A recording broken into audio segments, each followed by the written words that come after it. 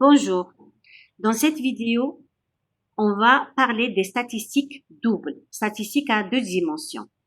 C'est lorsque les observations portent simultanément sur deux caractères en même temps. Lorsqu'elles sont trop nombreuses pour qu'on les cite une à une, on les présente sous forme d'un tableau statistique.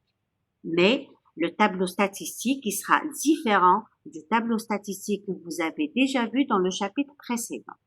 Là, il s'agit de deux caractères, ça veut dire c'est dans le tableau, on va faire entrer les données concernant les deux caractères en même temps.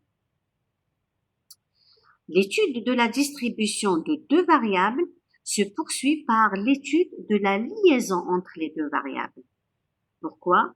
C'est pour savoir s'il existe une relation entre les deux caractères étudiés. Pour pouvoir répondre à cette question, on doit commencer d'abord par une définition. On va définir c'est quoi une statistique à deux dimensions ou bien que c'est quoi une statistique double. Bon, la définition, bien sûr, elle ressemble à la définition de la statistique simple, sauf que là, on ne va pas dans R, mais on va dans R2. Bien sûr, on considère seulement les caractères qui sont quantitatifs, c'est-à-dire les caractères qualitatifs, on ne les considère pas dans ce chapitre. Donc, les caractères qu'on va prendre, qu'on va étudier, ce sont des caractères quantitatifs. Donc, c'est quoi une statistique double? C'est une application définie de oméga. C'est quoi oméga? C'est la population. C'est l'ensemble sur lequel on fait l'étude. À valeur dans R2, parce que les caractères, on prend seulement les caractères qui sont quantitatifs. Donc, les modalités sont mesurables.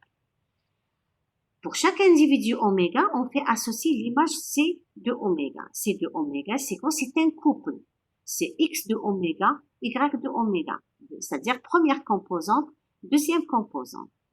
La première composante, c'est X de oméga, c'est la réponse de l'individu oméga au caractère X. X s'appelle première distribution marginale ou bien première statistique marginale.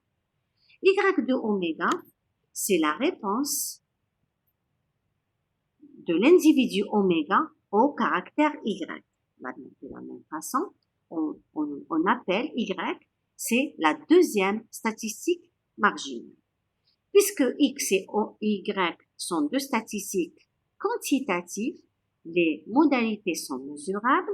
Donc, supposons que X présente K modalités, de X1 jusqu'à XK, on ordonne les modalités de la plus petite modalité jusqu'à la plus grande modalité. Donc, on va établir un ordre entre les modalités. Et pour Y, la même chose. Supposons que Y présente L modalités, pas forcément le même nombre. Donc, L, il peut être égal à K, mais il peut être différent de K.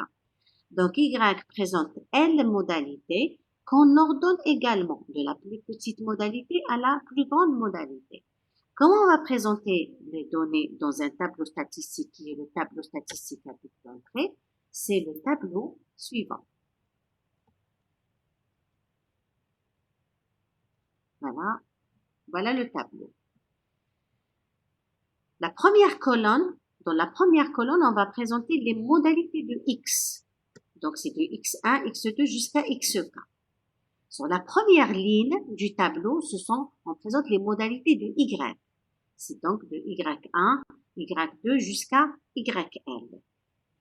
Le tableau statistique à double entrée, ou bien le tableau de contingence, nous donne tous les effectifs NIJ.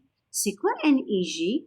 C'est le nombre d'individus, c'est l'effectif d'individus qui présente la modalité XI de X et la modalité YJ de Y.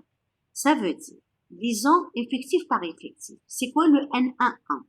N11, c'est l'effectif, c'est le nombre d'individus qui présentent la modalité X1 pour X et la modalité Y1 pour Y en même temps. N2, c'est le nombre d'individus qui présentent la modalité X1 pour X et Y2 pour Y.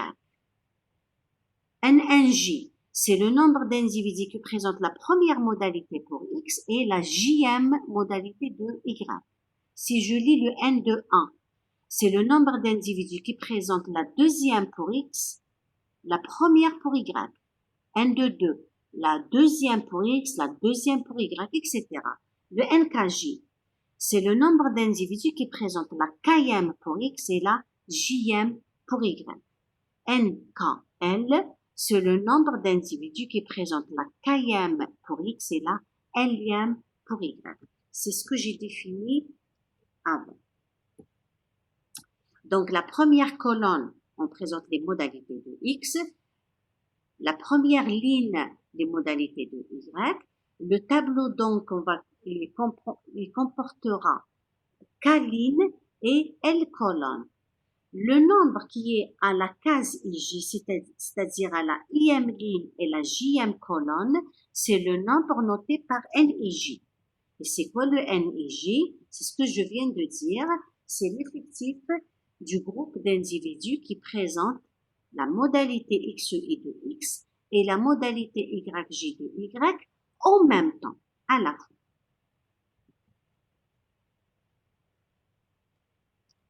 Remarquez qu'on peut calculer la somme de lignes et la somme de colonnes. Donc, quand on somme les lignes, regardez si on somme la première ligne, le N11, N12, N1J, etc. jusqu'à N1L. Il y a le premier indice qui est fixé et bien sûr, toujours, on a le premier indice et le deuxième indice. Le premier indice, il est associé au caractère X, c'est-à-dire le premier caractère. Et le J, il est toujours associé au deuxième caractère, c'est-à-dire Y. Donc, quand on lit, on somme plutôt N11 plus N12, etc. jusqu'à N1L, le premier indice, il est fixé, c'est-à-dire le 1, il est toujours fixé, le premier indice. Donc, comment je vais noter cette somme? Par un effectif N avec le premier indice, le 1, il est fixé, donc je le prends, 1. Mais le deuxième indice, il varie de 1 jusqu'à L. On a fait une somme. Donc, au lieu d'écrire ce nombre, c'est la somme de N1 J et J allant de 1 à L. Au lieu d'écrire toute cette somme, on remplace la somme par un point. C'est pour utiliser une notation plus légère et plus facile. Au lieu d'écrire à chaque fois une somme, on remplace la somme juste par un point. Et qu'est-ce que représente le N1 point? Le N1 point représente le nombre d'individus qui présentent la modalité X1 pour X. On ne parle pas de Y parce qu'on a fait la somme sur tous les Y. Bon, si vous n'avez pas suivi pour la première ligne, on va répéter ça pour la deuxième ligne. La deuxième ligne, c'est le N2 point qui est égal à la somme N de 1 plus N de 2 jusqu'à N de J plus jusqu'à N de L. Donc, le 2, il est fixé, le 2 qui concerne la modalité de X. Donc, la somme, c'est un effectif, c'est un N pour la deuxième ligne, c'est-à-dire pour la modalité X2. Donc, le 2, il est fixé pour tous les indices, mais là, on a fait une somme sur quoi? Sur J. J égale à 1, J égale à 2, J égale à J, J égale à L. C'est-à-dire, cette deuxième somme, c'est la somme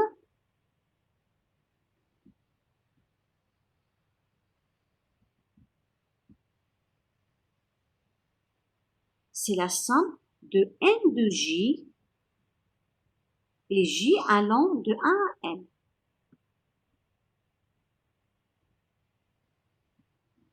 Alors, au lieu d'écrire N de 1 plus N de 2 jusqu'à N de L qui est égal à la somme des N de J, J allant de 1 à L, on va remplacer toute cette somme par une notation plus simple, N2 points, pour dire la somme, elle porte sur l'indice là où il y a le point.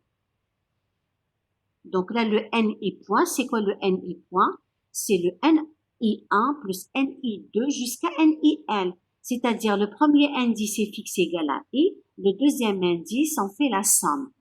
Et c'est quoi NI point? C'est le nombre d'individus qui présentent la modalité XI, sans parler de I. Bon, ça c'est quand on fait la somme par ligne. Maintenant, faisons la somme par colonne. Par colonne, N11 plus N21 plus NI1, regardez qu'est-ce qui est fixé, c'est le deuxième indice égal à 1. Donc le deuxième indice, il est fixé, c'est le 1. On a fait une somme et on trouve un indice. Donc ça reste toujours un indice, donc on note en général par N. Mais on a fait une somme sur le premier indice. I égale à 1, I égale à 2, I jusqu'à I égale à K. Quand on fait une somme sur un indice, on représente par un point. Et là, ça nous donne le N.1. N.1, ça veut dire on a sommé sur le premier indice et pour avoir le nombre de modalités, le nombre d'individus, l'effectif du groupe d'individus qui présente la modalité Y1, la première modalité de Y. N2 points, la même chose, on somme la colonne et N2 points, c'est l'effectif du groupe d'individus qui présente la deuxième modalité pour Y, etc. N.J, N.J, c'est l'effectif du groupe d'individus qui présente la Jème modalité pour Y, c'est-à-dire la modalité YJ. N.L, c'est l'effectif du groupe d'individus qui présente la L-ième modalité de Y, c'est-à-dire la modalité YL. Et bien sûr, quand on somme tous les NI points, on trouve c'est l'effectif total égal à N. Et si on somme tous les N points J, on trouve également l'effectif total égal à égal à N. Donc ça, c'est le tableau statistique à double entrée ou bien un tableau de contingence. On peut lire tous les effectifs NIJ qui présentent la modalité XEI et la modalité YJ en même temps, c'est-à-dire on lit les effectifs concernant le caractère X et le caractère Y. La somme de lignes nous donne les effectifs concernant le caractère X seulement, c'est-à-dire indépendamment de Y. C'est-à-dire d'un tableau de contingence, je peux avoir un tableau statistique concernant le caractère X seulement. Et là, on peut revenir à ce qu'on a fait dans le chapitre précédent.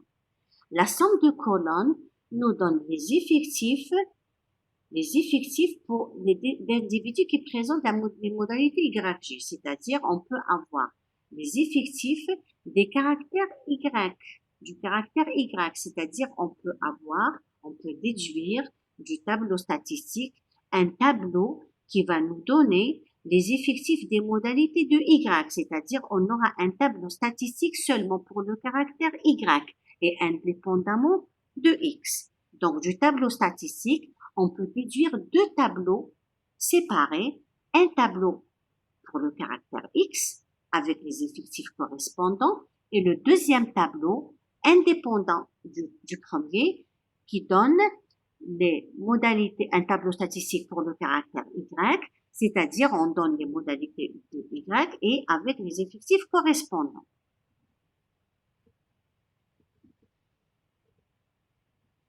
Donc là, j'ai écrit les NI points, c'est l'effectif du groupe d'individus qui présente la modalité XI de X. Donc là, NI points, c'est la somme sur J de 1 à L de NIJ.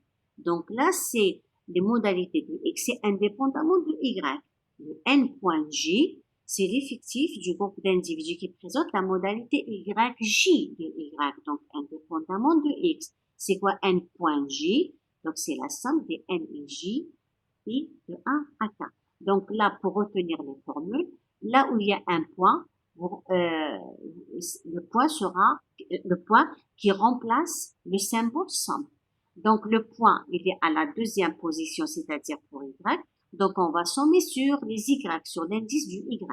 et là, le point, il est en première position, donc on somme sur des modalités de x, c'est-à-dire on somme sur le premier indice i, qui est lié au caractère x. On a dit la somme des ni points et la somme des n points j, c'est l'effectif total égal à n. On peut donner un tableau équivalent, un tableau de contingence équivalent au tableau qu'on vient de donner, mais avec les fréquences. Au lieu d'un effectif, on donne les fréquences. Avec les fréquences f et j, c'est les n et j sur n. Donc, on aura exactement le même tableau, sauf qu'à chaque effectif n et j, on le divise par n et on peut l'interpréter, bien sûr, en termes de pourcentage. Les fi points également, c'est les ni points sur n. F point j, c'est n point j sur n. Donc là, fi point, c'est quoi? C'est la fréquence du groupe d'individus qui présente la modalité xi de x. Et f point j, c'est la fréquence du groupe d'individus qui présente la modalité yj de y. Quand on somme les fi points ou bien on somme les f point j, ça nous donne une double somme de toutes les fréquences f et j, c'est égal à 1. Et là, on peut vous donner le tableau de contingence, le tableau à double entrée avec des fréquences. Les fréquences, c'est-à-dire on peut lire les pourcentages directement dans ce tableau. Et le tableau nous donne toutes les informations dont on aura besoin concernant les fréquences f et j pour x et y en même temps, les fréquences seulement pour x, c'est-à-dire on peut donner un tableau seulement pour x, de présenter les modalités de x avec les effectifs correspondants, et là la somme bien sûr de toutes les effectifs, pardon, pas les effectifs. Là, on peut donner un tableau statistique. Sur la première colonne, on a les modalités de x, et là, avec les fréquences correspondantes, et bien sûr, avec la somme de toutes les fréquences égale à 1. Et là, on peut revenir au premier chapitre. On faisait un caractère avec les fréquences. Avec les fréquences ou bien avec les effectifs, c'est exactement la même chose. C'est équivalent. On peut travailler avec les effectifs comme on peut travailler avec les fréquences. Donc là, on aura un tableau statistique avec le caractère x seulement. On peut faire également,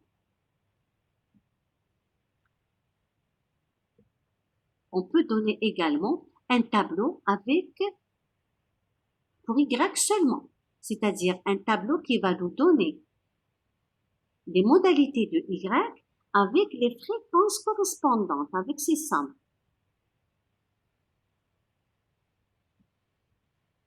Tout ça. Donc, les modalités de y avec les fréquences ou bien les effectifs correspondants, c'est-à-dire fréquence ou bien effectif, c'est équivalent, ça donne le tableau équivalent. Avec la somme des fréquences égale à 1, si on avait fait les effectifs, la somme des effectifs serait égale à n. Et là, on peut avoir un deuxième tableau statistique, c'est le tableau statistique concernant le caractère y seulement. Donc, d'un tableau statistique à double entrée, on peut faire sortir deux tableaux statistiques, un pour x et l'autre pour y. C'est ce qu'on appelle les distributions marginales. Donc, les distributions marginales, les sommes des effectifs ou des fréquences en ligne définissent la distribution marginale du caractère x. C'est la première distribution marginale. Donc là, on peut donner également les fréquences fi point.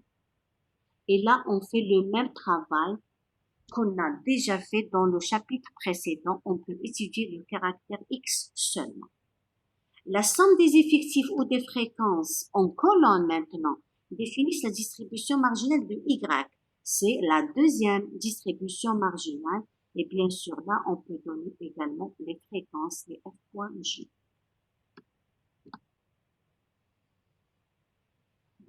Exemple.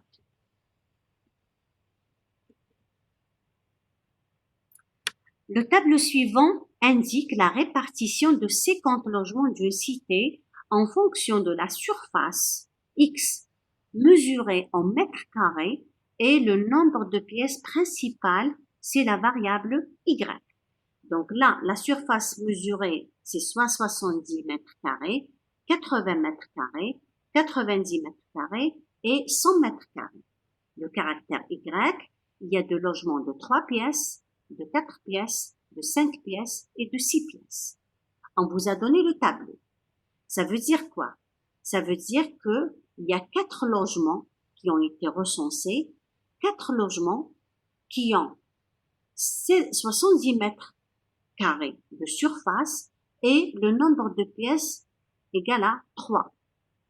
Là, 2 logements de 80 mètres carrés avec 3 pièces.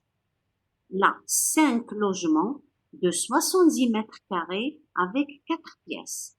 8 logements de 80 mètres carrés avec 4 pièces, etc.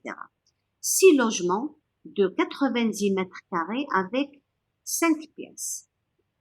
8 logements de 100 mètres carrés avec 5 pièces. 10 logements de 100 mètres carrés avec 6 pièces. Bien sûr, là où il n'y a pas de mesure, c'est des zéros.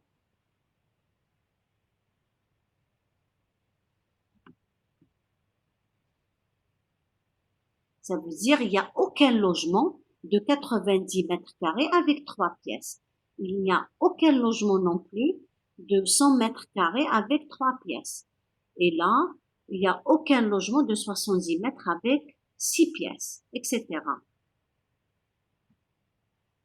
Donc là, c'est concernant les NIJ. C'est-à-dire quand on mesure le caractère X et le caractère Y en même temps, donc on a les NIJ. On peut tirer également les fréquences. Les FIJ, il suffit de diviser par 50, c'est-à-dire par le nombre total. Les NI points. Les NI points, c'est la somme par ligne. La somme de lignes nous donne les NI points. La somme de colonnes nous donne les N points J. D'accord?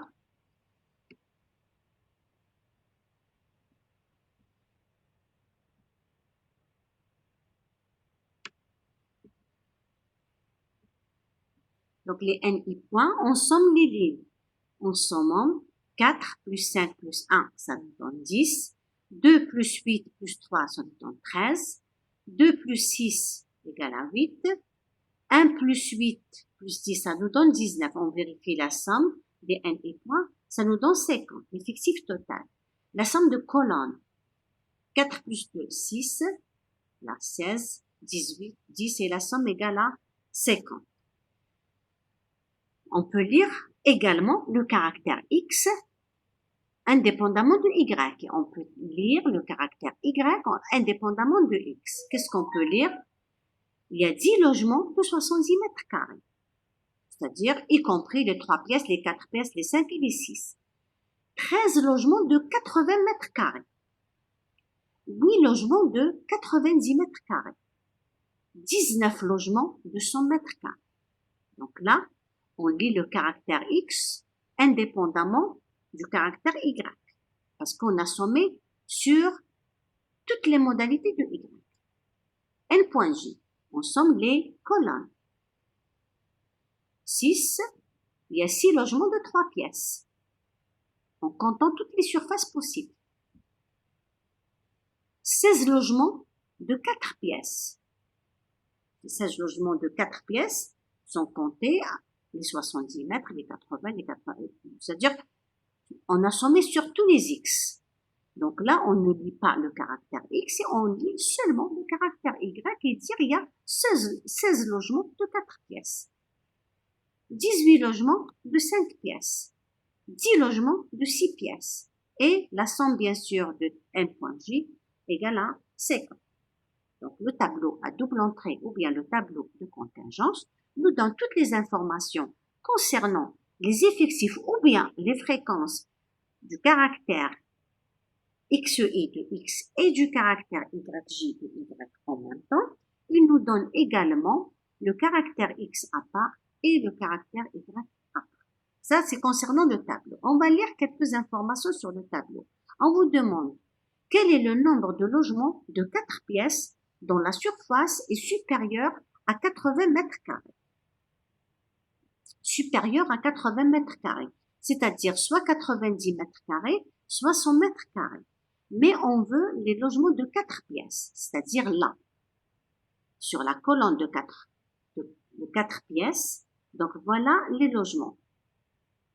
Parmi les logements de 4 pièces, il y en a 5 qui ont 70 mètres carrés, 8 qui ont 80 mètres carrés, 2 qui ont 90 mètres carrés et un logement qui a 100 mètres carrés. Nous, on vous demande le nombre de logements de 4 pièces dont la surface est supérieure à 80 mètres carrés, c'est-à-dire ça. Donc la réponse égale à 3. Le pourcentage de logements inférieur ou égal à 90 mètres carrés. Inférieur ou égal à 90 mètres carrés, c'est-à-dire ce sont les logements qui ont soit 90 mètres carrés, soit 80, soit 70. Comme on a déjà fait les sommes, donc ça va nous donner ceci.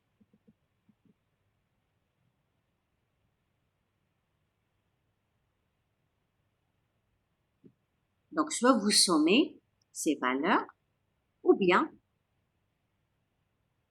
c'est 50 moins 19. Donc, soit vous calculez, donc c'est 10 plus 13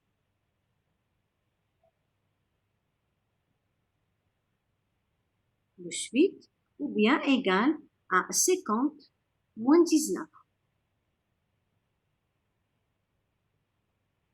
Et là, ça nous donne 31. Ça, c'est le nombre. Nous, on vous demande le pourcentage. Donc, le pourcentage égale à 31 divisé par 50. On est le pourcentage. 31 par 50 égale à 62. Donc, ça nous donne exactement 62%.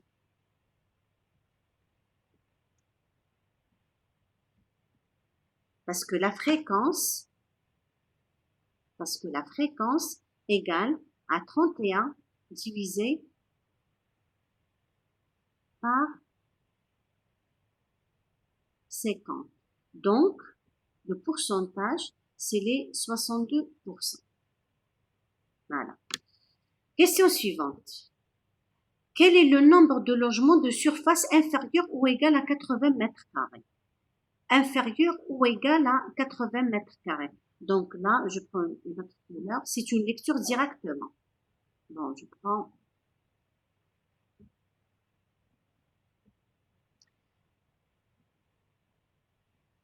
Donc c'était. Voilà. Donc c'est 10 plus 13. Donc c'est 23. Une surface inférieure, le nombre de, pardon, supérieur ou égal.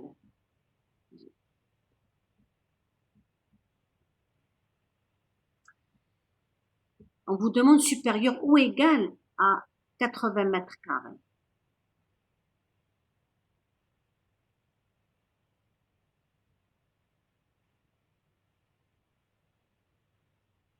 Et il y a le 1 qui a sauté. Le 1 que j'ai effacé par erreur. Donc, le nombre de logements d'une surface supérieure ou égale à 80 mètres carrés, c'est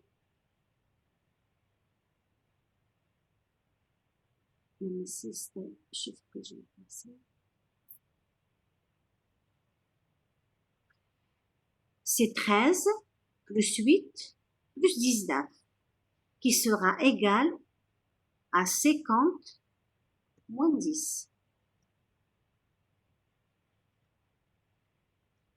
Donc, le nombre de logements c'est 40. 40 également, vous pouvez l'écrire, c'est le 13 plus 8 plus 19.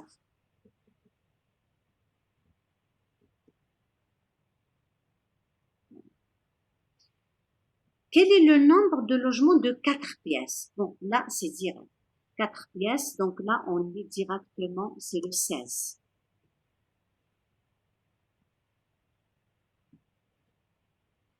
Que représente la colonne NI point et N point J? Donc, on a déjà parlé de ça. C'est pour déterminer le nombre de modalités du caractère X seulement ou bien Y seulement. Donc, NI point, c'est pour déterminer le nombre d'individus qui présentent le caractère X et les N.J pour le Y. Et là, on vous donne sous forme de deux tableaux.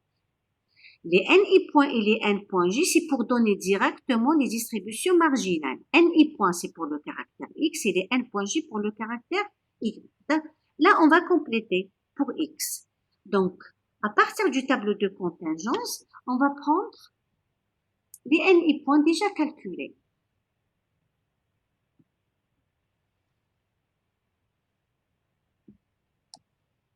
Donc, il y a le 10, 13, 8 et 19. Donc là, c'est 10, 13, 8 et 19.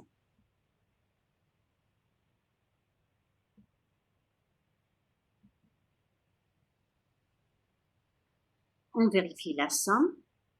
La somme, bien sûr, égale à 50.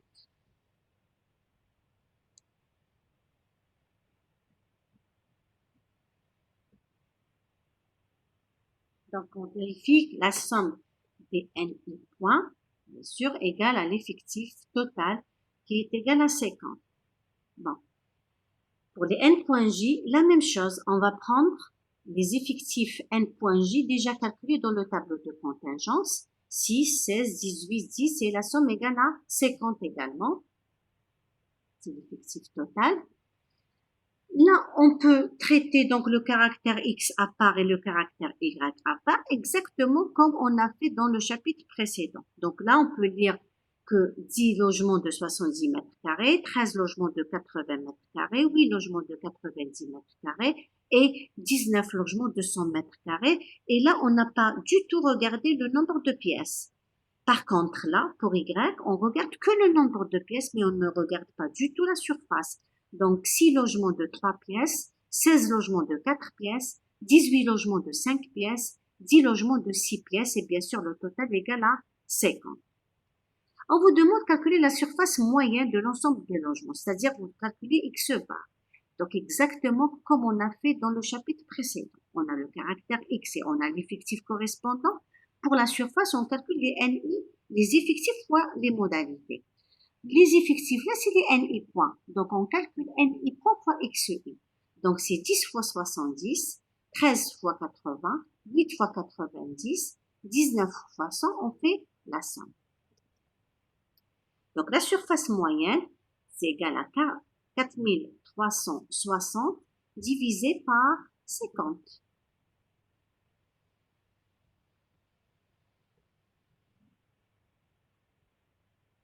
Égale 87,2.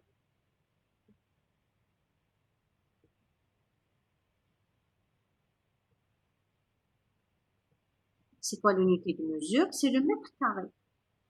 Donc, la surface moyenne des logements qui ont été recensés, qui ont été mesurés, c'est-à-dire la population de 50 logements qu'on a pris, la surface moyenne sur les 50 logements est de 87,2 mètres carrés. Maintenant, on va parler d'autre chose. Toujours dans le tableau de contingence ou bien dans le tableau à double entrée. Revenons, avant de donner la définition, on va prendre d'abord sur un exemple. Voilà le tableau de contingence. Je vais effacer quelques...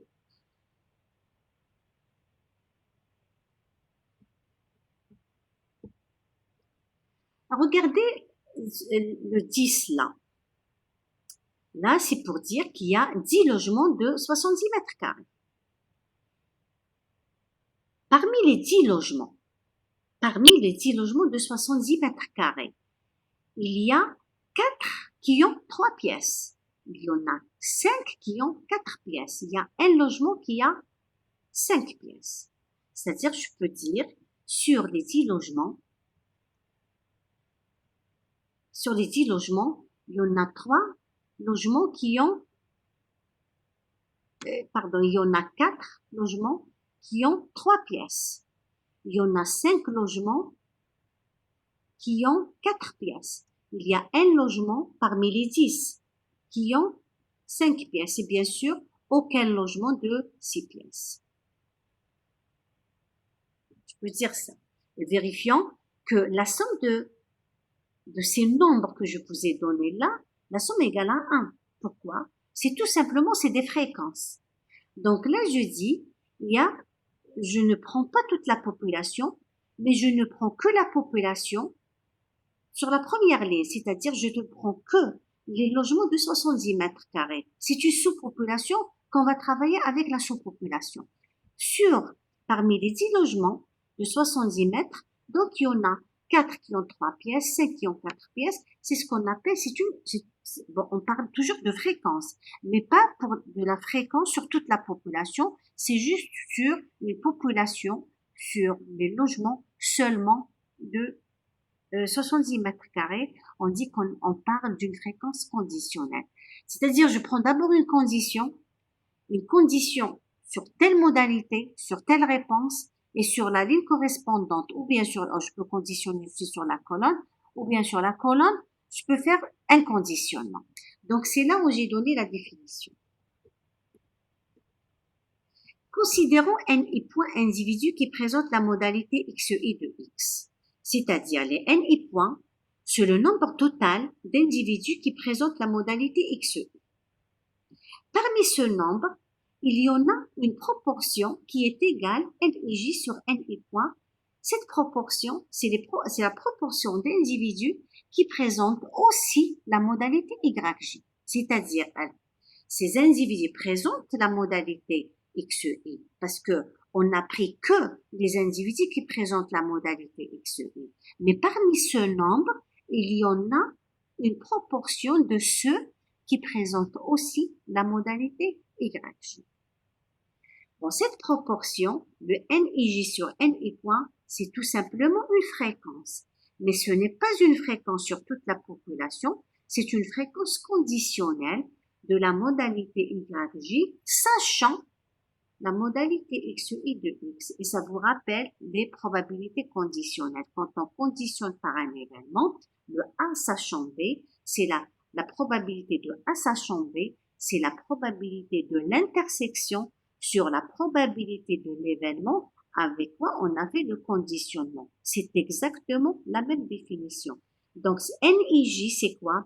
C'est le nombre d'individus qui présentent la modalité XI de X et la modalité YJ de Y. Donc, ça joue le rôle d'une intersection sur l'effectif d'individus qui présente la modalité XI de X seulement, c'est-à-dire ça joue le rôle de la probabilité de l'événement avec quoi on conditionne. Et on fait la même chose pour le conditionnement inverse. La fréquence de X égale à XI, sachant Y égale à YJ, c'est le nombre d'individus qui présentent la modalité XI et la modalité YJ en même temps sur le nombre d'individus qui présentent la modalité YJ. Donc, c'est la fréquence conditionnelle de XI, c'est-à-dire de la modalité XI de X, sachant la modalité YJ de Y. Bon, je continue avant de faire l'exemple, je continue sur les définitions. La moyenne et la variance, bien sûr, la moyenne de X et la variance de X ne changent pas d'expression, ne changent pas de définition.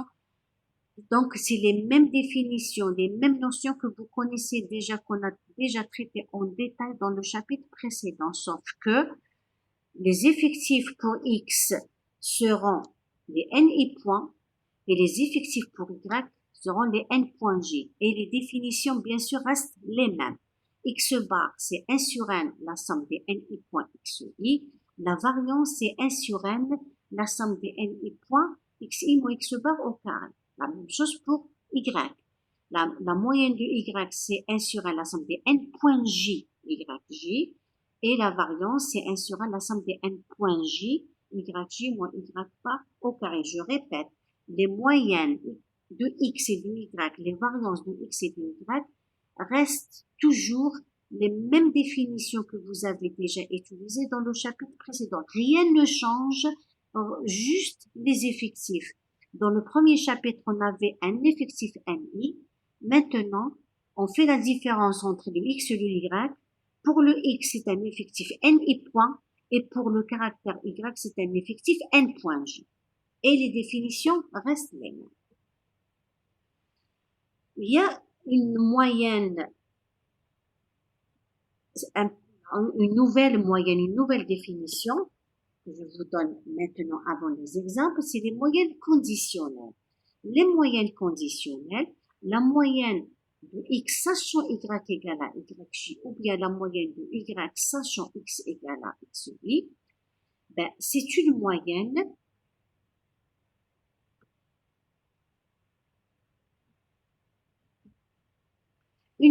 de x.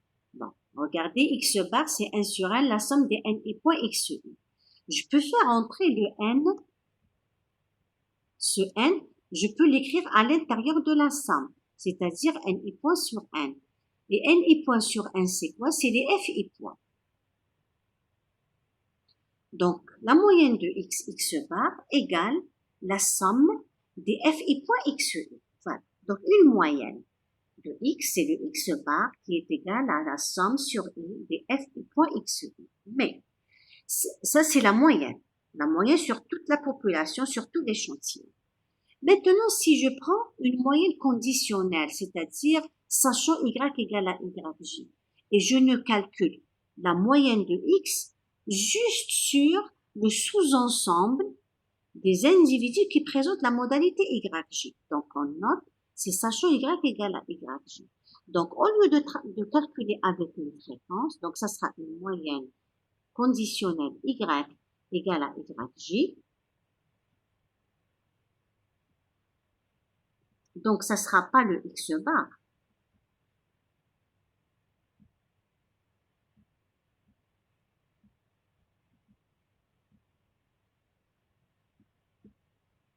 Donc, le x bar, je l'efface.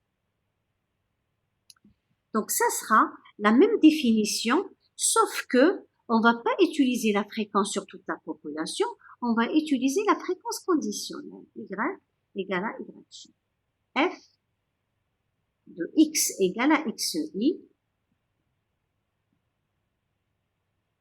sachant y égale à yj, multiplié par xi. C'est une moyenne conditionnelle. Donc, c'est une moyenne, pas sur toute la population, pas sur tous les échantillons, mais c'est juste sur une sous-population, sur un sous-ensemble, sur lequel on a fait le conditionnement. La même chose pour le contraire. La moyenne conditionnelle de y sachant x égale à xi, si on prend la moyenne de y, c'est 1 sur n, la somme des n points j, j. Si on fait rentrer le n à l'intérieur, donc on divise par n, et ce rapport sera égal à f point j. Ça, c'est pour toute la population, c'est la moyenne sur tout l'échantillon. Si on prend une moyenne sur un sous-ensemble de la population, ça sera une moyenne conditionnelle. Donc, ça sera la moyenne de y sachant x égale à xi, qui est égale à la somme d'une fréquence fois yj. Mais la fréquence, ça sera pas la fréquence sur toute la population, ça sera une fréquence conditionnelle. C'est y égale à yj, sachant x égale à xi. Donc, on ne calcule pas la somme sur toute la population, mais on ne calcule la somme sur seulement le sous-ensemble sur lequel on a fait le conditionnement. Exemple.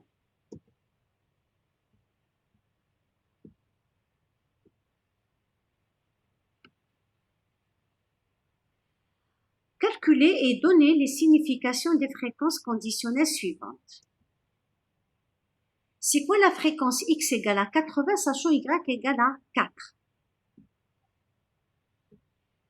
Sachant y égale à 4. Donc, on sait que y égale à 4. Donc, c'est sur les 16. Parmi les 16 logements de 4 pièces, combien qui ont 80 mètres carrés? Donc, c'est les 8 sur 16. 8 sur 16, ça veut dire c'est 0,5. Là, je le dis oralement. Ça veut dire quoi? Ça veut dire que 50% de logements de 4 pièces ont une surface de 80 mètres carrés.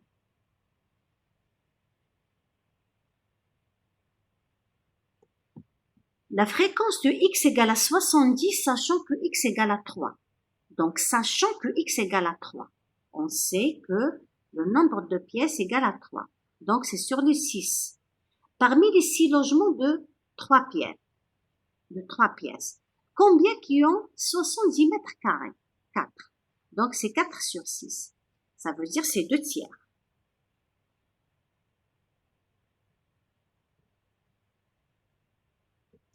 2 tiers, ça veut dire c'est 0,66. On peut approximer à 0,67. Pour dire que 67% de logements de 3 pièces ont 70 mètres carrés. Cette fréquence, c'est 0,4. Quelle est la fréquence que y égale à 3, sachant x égale à 70, sachant que x égale à 70. Donc, il y a 10 logements de 70 mètres carrés. Sur les 10 logements de 70 mètres carrés, il y en a 4 qui ont 3 pièces. Donc, il y a un rapport de 4 sur 10. C'est une fréquence conditionnelle, c'est 0,4. Ça veut dire que 40% de logements de 70 mètres carrés ont 3 pièces. La fréquence que y égale à 5, sachant x égale à 90.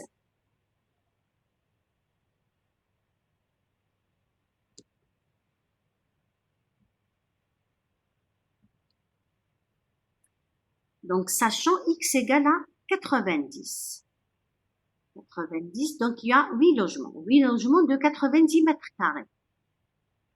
Parmi ces 8 logements de 90 mètres carrés, combien qui ont 5 pièces? Donc, il y en a 6. Donc, un rapport de 6 sur 8.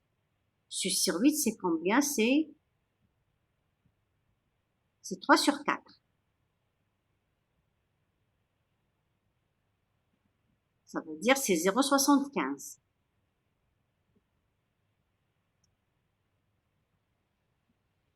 Donc, 75% de logements de 90 mètres carrés ont 5 pièces. Je répète la lecture des fréquences conditionnelles. Là, 50% de logements de 4 pièces ont 80 mètres carrés. 67%, parce que là c'est 0,67. 67% de logements de 3 pièces ont 70 mètres carrés. 40% de logements de 70 mètres carrés ont 3 pièces. 75% de logements de 90 mètres carrés ont 5 pièces. Une fois qu'on sait calculer les fréquences conditionnelles, je peux donner une distribution conditionnelle. La question, on vous demande là de calculer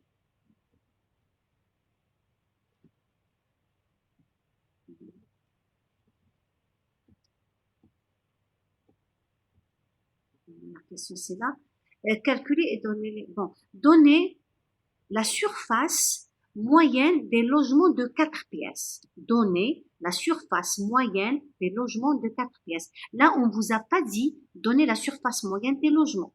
La surface moyenne des logements, on a déjà calculé. Et la moyenne a été calculée sur toute la population. Là, on va pas calculer la moyenne sur toute la population, mais on va calculer juste la surface moyenne pour les logements de 4 pièces. Donc, on va commencer par donner les fréquences conditionnelles de x sachant y égale à 4, c'est-à-dire on conditionne par y égale à 4, c'est-à-dire sachant y égale à 4, sachant y égale à 4, sachant que le nombre de pièces égale à 4, donc il y en a 16 logements. Donc sur les 16 logements, combien qui ont 5 pièces? Non, pardon. je reprends. Sachant que y égale à 4. Donc, sachant le nombre de pièces étant égal à 4. Combien de logements qui ont 4 pièces? Il y en a 16 logements. Donc, je divise par 16. 16. Maintenant, sur les 16 logements de 4 pièces, combien qui ont une surface de 70 mètres carrés? Donc, je lis là. Donc, c'est les 5 sur 16. 5 sur 16. Parmi les 16 logements de 4 pièces, combien qui ont 80 mètres carrés? C'est 8 sur 16. Parmi les 16 logements de 4 pièces, combien qui ont 90 mètres carrés? C'est le 2 sur 16. Et parmi les 16 logements de 4 pièces, combien qui ont 100 mètres carrés? 1 sur 16. Regardez si vous faites la somme. 5 sur 16 plus 8 sur 16 plus 2 sur 16 plus 1 sur 16 égale à 1. Donc la somme des fréquences conditionnelles égale également 1. Donc là, c'est la distribution conditionnelle, sachant y égale à 4. Calculez la moyenne, la surface moyenne de logement de 4 pièces. Ça veut dire que vous allez calculer X, une moyenne conditionnelle. C'est ce qu'on vient de définir là.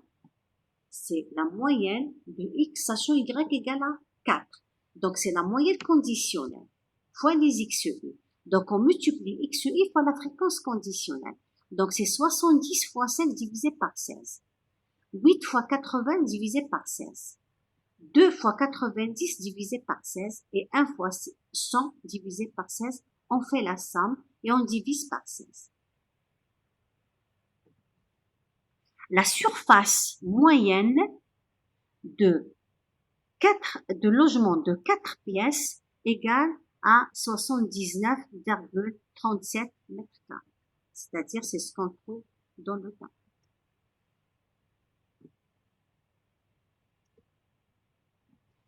Bien sûr, si vous calculez la surface moyenne de logement de 5 pièces, vous allez trouver une surface supérieure à cette valeur calculée.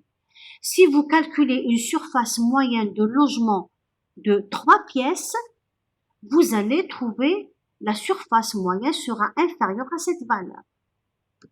On peut aussi faire le calcul du nombre de pièces moyen. Donc, on peut calculer le Y, sachant X égale à 70.